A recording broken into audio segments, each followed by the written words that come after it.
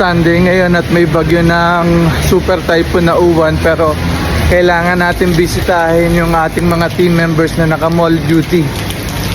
At first stop natin ngayon ay Robinsons Antipolo.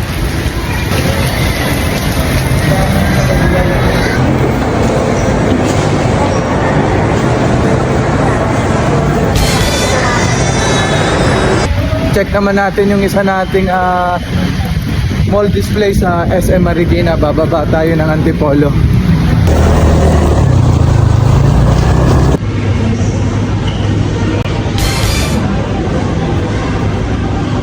Tayo sa SM Marikina. Ang dami na nakaparadang mga sasakyan na natatakot abutin ng baha. At ito yung currently Marikina River natin. SM Marikina. At ito naman yung Marikina River. Hindi pa naman siya nasa critical level.